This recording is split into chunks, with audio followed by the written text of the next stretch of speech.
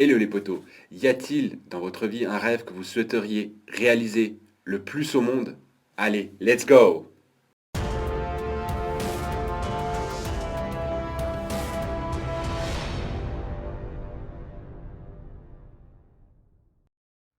On se retrouve donc aujourd'hui avec Nightmare Island réalisé par Jeff Wadlow. Alors, c'est un réalisateur qui n'a pas énormément de films, cela dit, il a quand même quelques-uns qui sont connus, hein, comme Action Vérité, Kick-Ass 2 ou Never Back Down. Concernant les acteurs, on a tout d'abord Lucy Hall qui joue le rôle de Mélanie. Alors elle a vraiment fait ses premiers pas, elle a eu un petit rôle dans Scream 4 par exemple. Elle était déjà sous la direction de Jeff Wadlow dans le film aussi de Action ou Vérité. Et depuis le 6 février 2020, si je dis pas de bêtises, elle est dans la série spin-off de Riverdale, Katy Keene. La deuxième actrice, c'est Maggie Q qui joue le rôle de Helena. Alors elle, moi personnellement, je la connais pas plus que ça, hein. Elle était dans un film, dans Die Hard 4, elle apparaît dans Die Hard 4, elle fait un petit rôle je crois. Elle a aussi apparu dans un film que je connais absolument pas du tout, hein. J'essaie un petit peu de me renseigner, mais il est passé largement inaperçu, il s'appelle Balle de Feu. Par contre, elle était dans la trilogie des Divergentes. Le dernier, c'est Michael Peña qui joue le rôle de Monsieur Rourke. Alors, moi perso, je l'ai vu, je crois que pour la première fois, si je me souviens bien, c'était dans le film Chips, où il jouait le rôle principal. Et Chips, d'ailleurs, c'était un film qui était tiré d'une série des années 80. Ensuite, je l'ai vu dans l'excellent film de Clint Eastwood, La Mule. Et là, ça fait 2 ans, c'est le héros, c'est l'acteur principal de la série Narcos Mexico. Donc voilà pour les acteurs de base. On passe maintenant au pitch du film. Et en fait, on se retrouve sur une île où 5 jeunes sont invités pour y passer un séjour pour tester en fait. Et il s'avère que M. Rourke, donc, le propriétaire de l'île, leur révèle que cette île est capable euh, de réaliser tous les rêves les plus fous. Et donc, chacun va avoir son rêve qu'il va commencer à réaliser, sauf que petit à petit, en fait, le rêve va se transformer en cauchemar. Voilà, je vous en dis pas plus. On passe maintenant à la critique, et je commence avec Lucy Hall. Alors moi, c'est une actrice que je connais pas plus que ça, tout simplement parce que j'ai jamais vu Riverdale, ne serait-ce que ça. Scream 4, oui, je l'ai vu, mais voilà, je me souviens plus de Courtney Cox, David Arquette ou Neve Campbell que de Lucy Hall. Donc voilà. Donc du coup, je la connais pas bien. Mais honnêtement, dans ce film-là, moi j'ai un gros problème en fait avec les acteurs de série quand ils jouent dans des films. Je trouve que ça fait trop série. Je trouve que ça fait trop teenage soap teenage. Voilà, vraiment le truc de série pour jeunes. Et je trouve qu'elle joue vraiment, elle exagère tout. Déjà, le personnage en soi est écrit de manière assez cliché. Mais en plus, elle exagère les expressions faciales, les réactions qu'elle a. Je trouve qu'elle a aucune nuance en fait. Donc c'est un personnage vraiment qu'on a l'impression qu'il est sorti tout droit de Scooby-Doo quoi. Ouais, enfin, franchement dans ce film, je sais pas si dans les autres elle est bonne, en tant qu'actrice, interprète, mais dans celui-là clairement pas. Ah, puis, après, pardon, Maggie Q, on voit qu'elle a déjà plus d'expérience, et elle joue un personnage qui est déjà un peu plus profond et un peu plus touchant, sans pour autant, voilà, nous... En tout cas, moi, elle m'a pas propulsé, en tout cas, m'a pas fait sauter de mon fauteuil, quoi. Ouais, elle joue bien, quoi. Mais encore une fois, l'écriture du personnage est toujours très cliché, toujours une meuf avec plein de regrets, très mélancolique. Et elle reste tout le temps dans cette espèce de registre. Et puis du coup, bah, Maggie Q, elle joue plutôt pas mal. Elle essaye de nuancer le personnage, mais ça marche pas. En revanche, Michael Peña, qui pour moi est le meilleur interprète du film, sans pour autant être explosif non plus, attention, sans pour autant être exceptionnel. Il joue un rôle où il est très ambigu. En fait, on sait jamais s'il est détesté, s'il est cool, s'il est méchant, à quoi il joue, quel est son secret, tout. Et il joue énormément avec ça, Michael Peña. Et il le fait plutôt pas mal. Franchement, dans ce que c'est, dans l'ensemble des interprétations de tous les acteurs du film qui sont plutôt mauvaises, lui, il se démerde plutôt pas mal dans son rôle. Pour être très très honnête. Après, c'est clair, ce sera jamais le rôle de sa vie. Donc bon, voilà pour les acteurs. On passe maintenant aux décors et accessoires. Alors les décors. Ce qui est intéressant dans ce film, c'est que comme il y a 5 personnages, il y a 4 rêves distincts. Oui, parce que 2 personnages en fait vont accomplir le même rêve. Donc ils vont être deux dans le même rêve et après chacun le sien.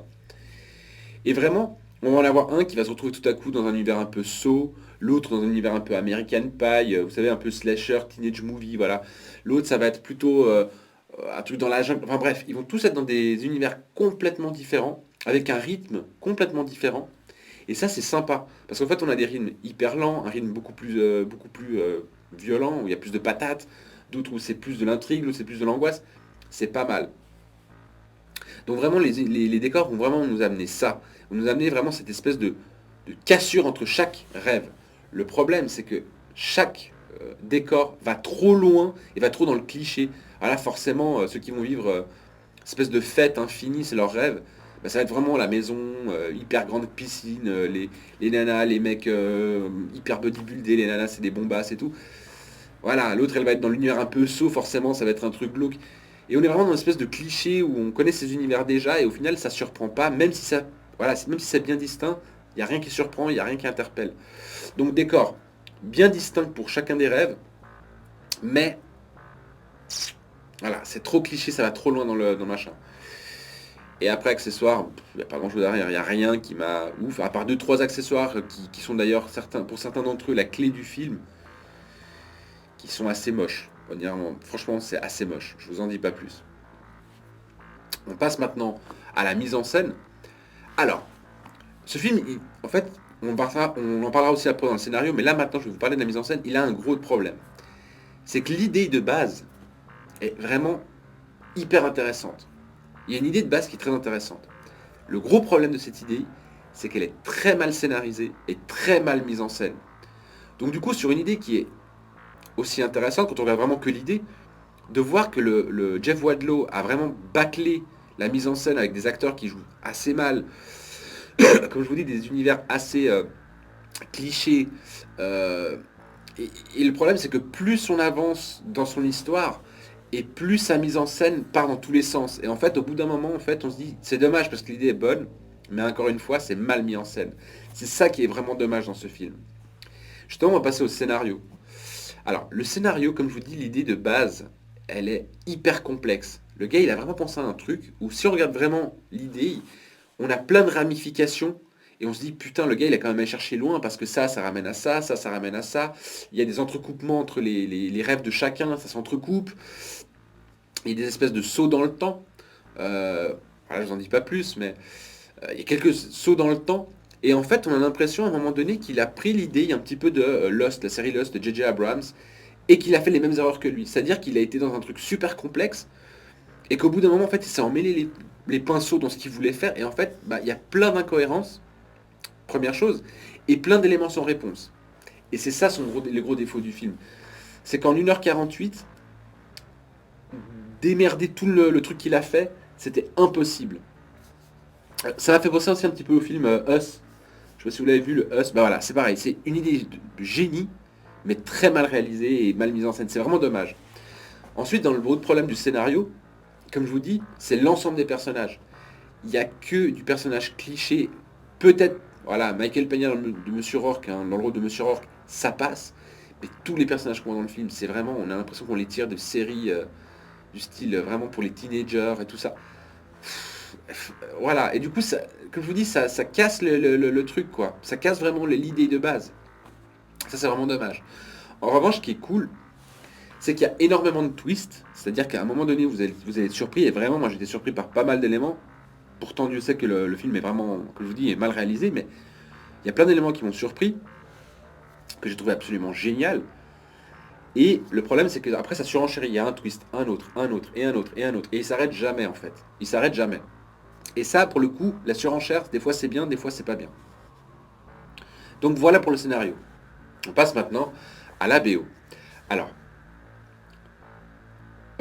honnêtement, la BO, elle est pas ouf, quoi. Elle est classique, déjà, première chose. Les morceaux sont vraiment placés là où on les attend. Mais vraiment, les morceaux sont vraiment placés là où on les attend. On sait qu'ils vont arriver à ce moment-là parce que voilà, la scène fait que c'est comme ça. Parce que je vous dis encore une fois, le tournage, c'est très cliché, très classique. La mise en scène. Et du coup, il n'y a rien. Et en plus, il n'y a aucun morceau où vous sortez, vous le gardez dans la tête, vous dire, ah bah tiens, je vais aller regarder, je vais aller voir ce que c'est ce morceau. Non, franchement, c'est une BO vraiment hyper classique. Il n'y a vraiment rien, il n'y a pas de quoi sauter au plafond. Et aujourd'hui, je vais finir exceptionnellement par les effets spéciaux, les cascades. Bon, bah, les cascades, il n'y a pas grand chose à dire, hein. Il y a des scènes de lutte, de poursuites, très classiques. Vraiment, typiquement, vous voyez dans les films d'horreur des années 70-80, où on voyait la blonde courir avec la caméra qui était dans le dos, puis elle se retournait pour voir qui c'est que... Ce genre de scène, vous en avez, mais vraiment tout ce que vous voulez. Ce genre de scène cliché, encore une fois, tiré des anciens films d'horreur, vous en avez, mais à foison, quoi. Donc voilà, au niveau des cascades, il n'y a pas grand-chose à dire. Effets spéciaux, je dois avouer que c'était assez catastrophique. Dans un moment donné, dans le film, il y a une explosion. Et ça sentait tellement l'explosion, mais vraiment incrustée dans un fond vert. Je sais pas, où il y avait il y a aucun travail sur l'incrustation de l'image dedans, de la vidéo. Enfin, c'était absolument dégueulasse. Honnêtement, c'était limite du Sharknado. Limite. Franchement, c'était limite du Sharknado.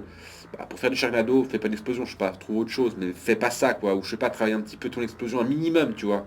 Que ça fasse un peu, un peu réaliste. Là, les effets spéciaux, ils sont vraiment bas de gamme chez bas de gamme, quoi. Donc, aux conclusions, pardon, qu'est-ce que j'ai pensé de ce film? Eh ben, le film, si je peux lui donner une seule qualité, c'est vraiment l'idée. L'idée est vraiment excellente. Après, si je lui ai donné des défauts, c'est tout le reste. C'est ça le gros problème de ce film. C'est que l'idée est excellente, mais la réalisation, tout ce qui va autour, ça va pas du tout. Donc bon, alors après, est-ce que vous dire si d'aller voir ce film? Non, je vous conseillerais pas d'aller le voir. Pas franchement d'aller le voir. Si vous le chopez une fois, plus tard, dans quelques années, passez à la télé, vous le regardez, juste pour avoir l'idée et de voir à quel point le gars essaie de- d'amener une intrigue hyper complexe. Vous pouvez regarder par rapport à ça, parce que ça c'est intéressant, mais vraiment la réalisation est vraiment trop en dessous. Et franchement, payer une place de ciné pour aller voir ça, ça n'en vaut pas vraiment la peine. Donc voilà, j'ai fait le tour de ma critique, j'espère qu'elle vous a plu. Si c'est le cas, vous savez déjà quoi faire, hein. Vous abonnez à ma chaîne et vous activez la petite cloche des notifications pour être au courant de mes prochaines vidéos. Vous pouvez aussi rêver en appuyant sur le petit pouce bleu et partager la vidéo avec vos proches. On va passer maintenant à la partie spoil. Pour ceux qui ne veulent pas, je vous dis déjà bye bye. Et pour les autres, on se retrouve juste après l'alerte.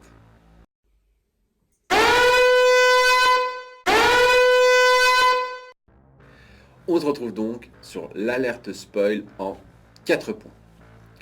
Le premier point que je voulais mettre en avant justement, c'est qu'en fait dès le début du film, vous allez voir que il y en a une, Mélanie, donc Lucy Hall, qui rêve de se venger d'une camarade de classe qui lui a fait chier toute sa scolarité.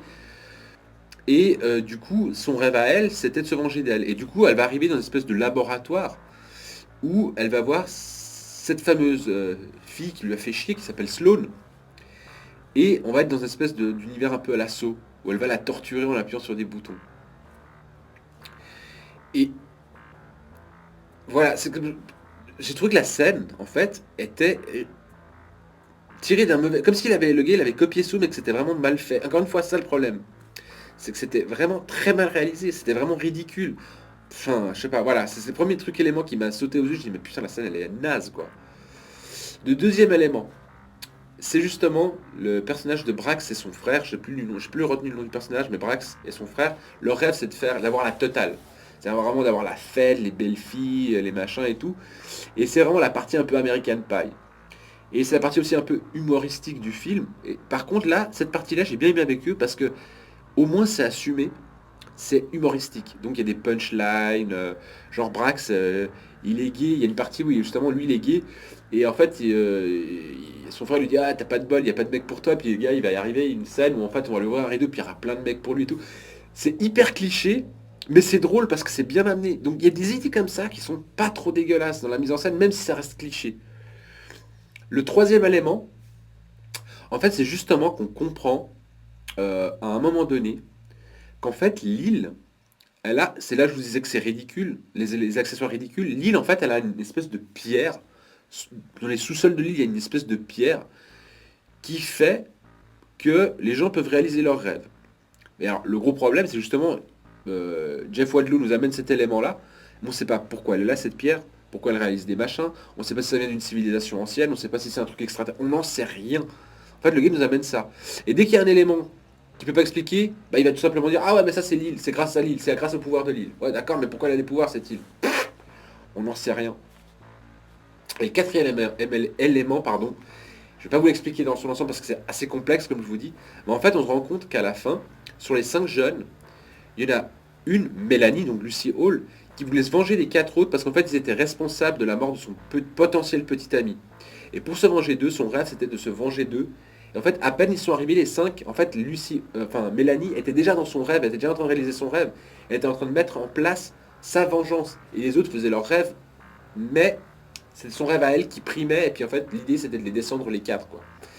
Donc ça c'est la grosse révélation de finale qui, entre-temps, il y a encore pas mal de twists, hein, mais avant d'arriver à ça, il y a pas mal de trucs surprenants. Voilà, ça c'est la révélation finale. Et je vous jure que franchement, raconté comme ça, et peut-être vu à la télé, enfin vu sur écran, je veux dire vu dans le film, c'est mal fait, c'est mal vu, mais par contre l'idée de comment il l'amène, ce twist-là, c'est super bien pensé. Donc voilà, j'ai fait le tour des 4 points spoil que je voulais vous mettre en avant. Il y a plein d'autres choses à découvrir, hein. Si vous voulez vraiment les voir, n'hésitez pas à aller voir le film. Pour le reste, vous savez déjà quoi faire, mais en attendant, prenez soin de vous et bye bye.